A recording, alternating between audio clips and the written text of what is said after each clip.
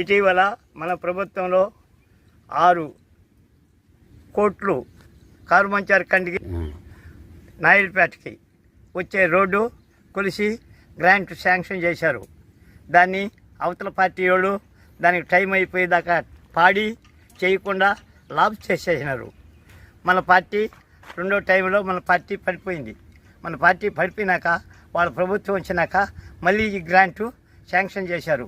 Sanction చేసి దాన్ని కూడా చేయకుండా విఫలం చేసేసారు.